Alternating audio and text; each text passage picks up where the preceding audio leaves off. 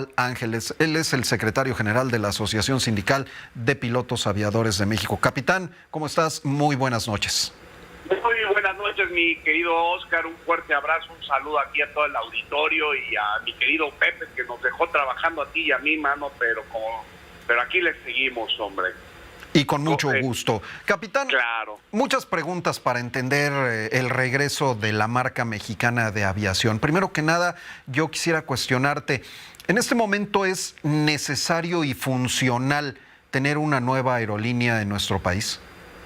Mira, la primera pregunta, y yo te lo quiero comentar de lo que tú me haces, es que evidentemente nosotros tenemos que celebrar la existencia de mayor competencia, pero que hubiera una competencia con condiciones equitativas para todo. Evidentemente, esta aerolínea estatal, como lo han manifestado, y que fue contraria a las mismas instrucciones y a la primera información que había dado el mismo mandatario federal, había sido que era una aerolínea que no iba a contar con subsidios. Ahora la vemos que es una aerolínea que cuenta con aeronaves militares, que son aeronaves del Estado, que son aeronaves que pertenecen a la Fuerza Aérea, que acaba de terminar una certificación en la cual les dieron su certificado de operador aeronáutico con facilidades evidentes por parte de la autoridad mexicana.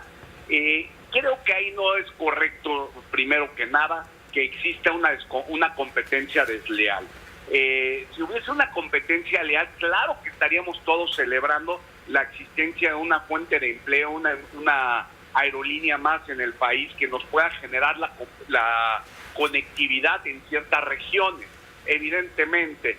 Ahora, con la forma que arranca, con 3 aeronaves militares que ahora pintadas para el arranque de esta mexicana de aviación, pues creo que no es lo correcto. Son aeronaves, repito, del Estado, que son aeronaves de la Fuerza Aérea Mexicana, y también con un arrendamiento húmedo que van a hacer con 3 aviones regionales, 2 aviones regionales, que eran 2 aviones 145, Embraer 145, que pertenecen a una aerolínea regional en Querétaro, para hacer la conectividad de 6 destinos diferentes.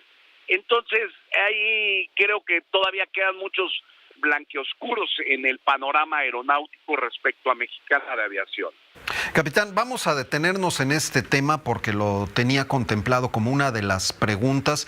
De acuerdo a muchas informaciones que yo he leído en diferentes portales, se habla de que el gobierno mexicano está esquivando regulaciones al rentar, por decirlo con todas sus letras, estos aviones a una aerolínea pequeña, la TAR, a final de cuentas, una aerolínea regional, Transportes Aéreos Regionales TAR, que está costando 4,000 millones de pesos este arrendamiento de estos aviones, con todo y personal operativo y demás, para poder cumplir con esta regulación que como tal la aerolínea no está cumpliendo, además de estos aviones militares que tú bien nos comentas.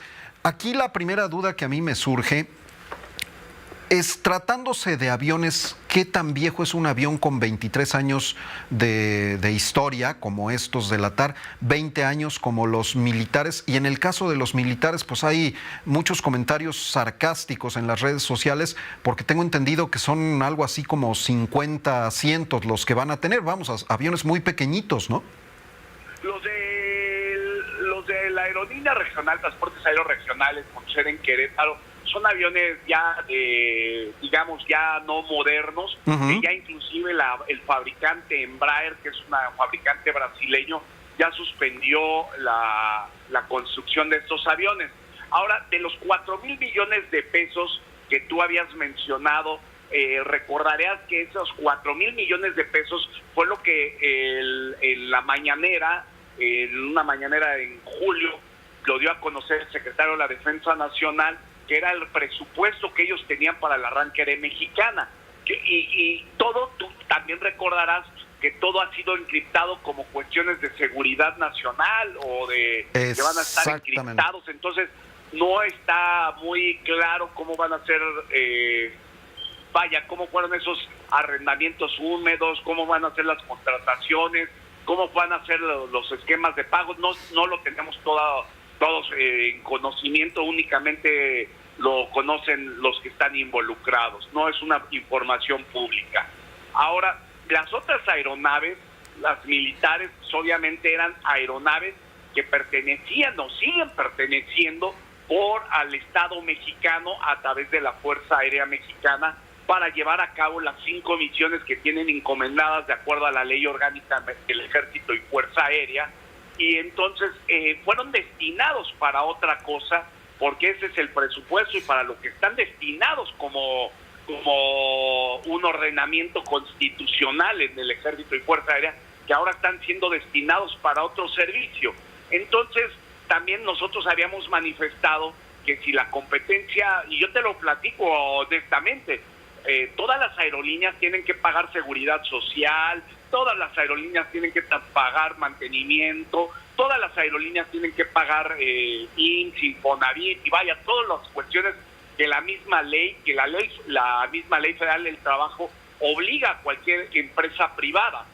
En este caso, en este concepto, eso ya está subsidiado, es un subsidio abiertamente, es un subsidio, porque todos los mexicanos pagamos los sueldos del Instituto Armado, les pagamos el Instituto de Seguridad Social para las Fuerzas Armadas de México, el ISFAM, les pagamos su sueldo, les pagamos todo, y entonces estamos prácticamente todos los ciudadanos mexicanos subsidiando esta aerolínea, cosa que no es lo correcto, ¿verdad?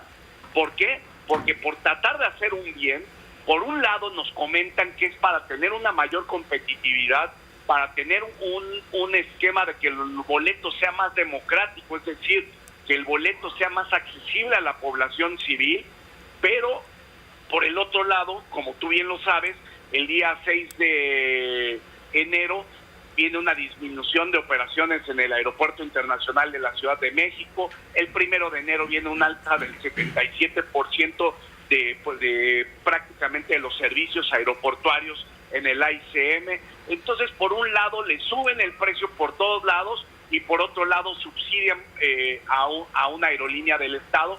Creo que eso va a generar, no creo, aseguro, afirmo que eso va a generar una competencia desleal, una competencia que puede crear un desequilibrio en el sector aeronáutico y pudiese tener condiciones desfavorables para el sector.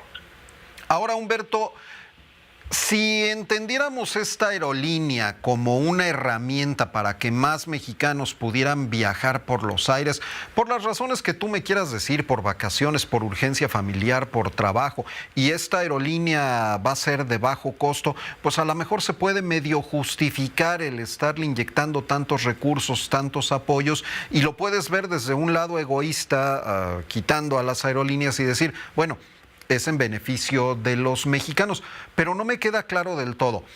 En la crónica de Israel Aldave nos daba cuenta de que el boleto para este primer vuelo va a tener un costo más o menos como de 2,000 pesos, pero en la publicidad se dijo que el costo promocional era de 395 pesos. Claro, a la hora de sumar los impuestos y todo se va incrementando, pero ¿va a ser a final de cuentas una aerolínea de bajo costo en realidad? ¿O va a estar al promedio de las otras aerolíneas? Y entonces ahí sí ya podemos entender lo que tú nos dices, va a representar pues nada más una competencia desleal para otras aerolíneas. ¿Tú cómo lo ves? Mira, yo lo veo riesgoso porque si en verdad puede ser que tuvieran un esquema de bajo costo, evidentemente porque están subsidiando muchas cosas. El puro costo del mantenimiento y el combustible y todas las demás. Pero hablemos, por ejemplo, del mantenimiento y del precio de laboral, el precio de los salarios. Ese ya estaba subsidiado. Pudiese ser, y si tú lo quieres ver de un lado egoísta, como bien lo mencionas, pensando de manera egoísta que pueda ser un beneficio para el sector, para el público en general que quiera llegar a ciertos destinos, evidentemente lo que yo lo dije desde un principio, lo manifestamos desde un principio, que para empezar no te vas a lugares que ya tienen una competencia real, como es el aeropuerto de Guadalajara, como es el aeropuerto de Tijuana, que ya son lugares ya con cierta competitividad. En un origen, cuando se anuncia Mexicana, se dijo que era para mantener la conectividad en ciertas regiones. Y nosotros proponíamos que fuera Aeromar, una aerolínea de bajo costo que estaba en problemas financieros, que al final de cabo, y todavía sigue prófugo de la justicia, su dueño Vicat, que ya huyó del país con todo el costo que nos generó a los mexicanos, que pudiese ser para hacer un nicho de negocio de competitividad de cierta región.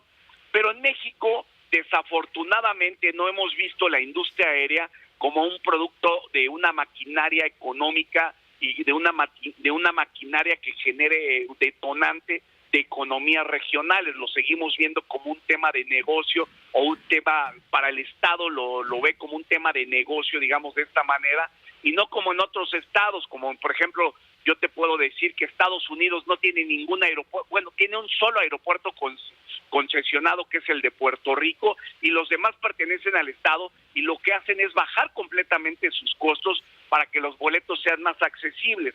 Aquí en México creo que estamos haciendo las cosas al revés, por una carencia de una política aeronáutica de Estado. ¿Qué quiere decir una política aeronáutica de Estado? Decir que el Estado determine qué sectores, qué regiones necesitan tener un detonante económico que los pueda y que puedan utilizar como un plan de desarrollo la aviación para estas regiones, y buscar que sean accesibles los boletos. ¿Y qué hago para que sean accesibles los boletos? Pues bajo las tarifas de aterrizaje, las tarifas de despegue, las tarifas de plataforma, las tarifas del TUA, pero aquí las concesionamos como un negocio privado. Creo que nos vamos a equivocar, y no lo que vuelvo a reiterar, más bien lo dije mal, no creo, afirmo que nos estamos equivocando, Oscar, en este sentido. No le veo yo la competitividad o el desarrollo o el beneficio que pueda haber a regiones que ya tienen alta densidad de tráfico de pasajeros. No le veo la necesidad, siendo que queda todavía sin conectividad Poza Rica, Jalapa, algunas ciertas regiones que necesitan tener un poco más de competitividad, ¿no? Pero bueno, desconocemos el plan de desarrollo, el plan de financiamiento y el plan de negocios de esta aerolínea, por ser un tema, como ellos lo han manifestado, ha sido un tema de seguridad nacional, que no lo entendería. El tema lo tendrá que resolver en su momento la Suprema Corte de Justicia de la Nación, que ha dicho que no sé si sea correcto que sea considerados y encriptados los planes financieros de la aerolínea mexicana. Creo que ya lo respondiste en esta última parte, pero yo quiero insistir para que quede completamente claro. ¿Es una buena o es una mala noticia para México esta nueva aerolínea? Para México, incluidas las aerolíneas. Pues yo no la vería todavía como una buena o una mala noticia, pero de inicio creo que empiezan con el pie izquierdo, y yo no lo vería para el sector aeronáutico como la solución a los problemas que tanto ha insistido el gobierno federal, que es volver más accesible el precio del pasajero y que más mexicanos vuelen. Creo que no se inicia así, creo que no es meter una aerolínea subsidiada la forma en que debe de hacer detonar el que más mexicanos vuelen y que más regiones estén conectadas. No creo que sea el punto de inicio de manera correcta.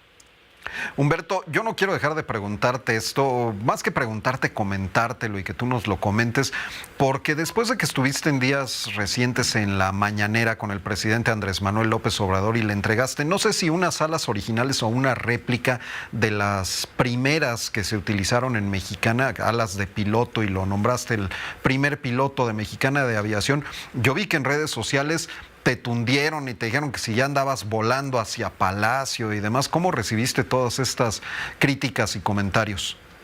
Mira, qué buena pregunta. En verdad yo lo que, y creo que me da oportunidad de aclarar muchas cosas. Yo lo vi positivo en cuanto a los trabajadores les resarcieran cierto derecho de lo que, lo digo abiertamente, de lo que fueron despojados de manera política con el tema de la quiebra de Mexicana de Aviación. Fue un tema netamente político, fue un acto simbólico de unas alas que un piloto de Mexicana de Aviación que su padre había sido fundador de los de Mexicana de Aviación, se le entregan al presidente a solicitud de varios pilotos de Mexicana de Aviación. Yo lo veía en ese momento a la información que nos habían dicho, a lo que nos habían comentado que iba a arrancar Mexicana de Aviación, junto con sus empleados, junto con sus sindicatos, junto con todo lo que ellos pretendían hacer. Nos habían dicho esa versión. Hoy nos dicen que no quieren sindicatos, hoy nos dicen que no quieren prácticamente que ningún trabajador de los antiguos trabajadores de Mexicana de Aviación se pudieran, contratar con las condiciones laborales que tenían. Vaya, por un lado me encuentro contento de que a los trabajadores después de 13 años les hayan dado un poco de lo mucho que se les debía, porque era necesario dárselos, era necesario. Ellos no habían recibido de la noche a la mañana, dejaron de recibir su quincena, y ahorita que les hayamos dado un poco de recursos después de tanto tiempo, era necesario cerrar una página de lo mucho que nos dolió mucho el tema de Mexicana de Aviación, pero creo que en el camino encontraron muchas dificultades y volvieron a cambiar las cosas y volvieron a cambiar el discurso. No creo que sea el camino correcto en el que están empleando, y te lo hablo desde la planta laboral. Humberto, para quienes nos siguen en Telefórmula, estábamos viendo justo ese momento en la mañanera. Yo quiero que lo recordemos también para que quienes nos siguen por Radio Fórmula lo puedan escuchar. Vamos a recordar tus palabras de ese momento, si me lo permites. Por supuesto. Estas fueron las primeras salas que se hicieron de Mexicana de Aviación. Y en un acto simbólico me gustaría que usted fuera el primer piloto nuevo de Mexicana de Aviación, si me lo permite. No le voy a quitar, Aquí de lo que... Muchas gracias, señor presidente. Gracias. Gracias. Saludos a todos. Claro que sí, señor presidente. Y pues ahí, para quienes nos siguen también por radio, le colocas estas alas en la solapa del traje. Ya quedó aclarado el punto. Humberto Gual, ¿algo que quieras agregar o que se me haya escapado preguntarte y que sea de interés para los amigos que amablemente nos sintonizan? Sí, claro, mira, desde que el señor presidente estuvo en campaña, él se comprometió con los trabajadores de Mexicana de hacerle justicia. En ese momento, él durante varias veces estuvimos en reuniones con él, yo lo platicaba con él, que la promesa la cumpliera, lo que hizo desde campaña. Él buscó la manera de darles justicia, y cada trabajador, cada uno de los 8,500 trabajadores recibieron una parte del ingreso. Son trabajadores que ya prácticamente la gran mayoría están colocados, pero que nunca recibieron su liquidación, nunca recibieron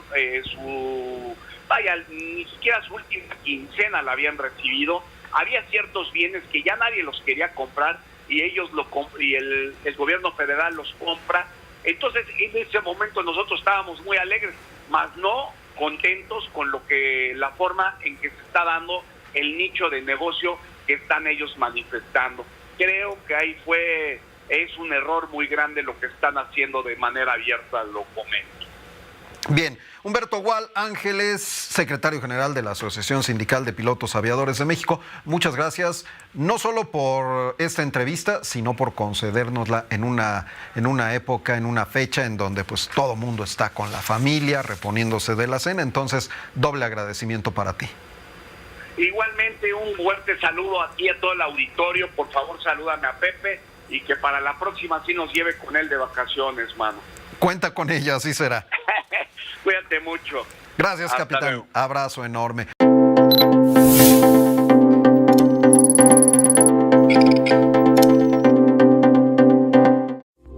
Esta fue una producción de Grupo Fórmula. Encuentra más contenido como este en radioformula.mx.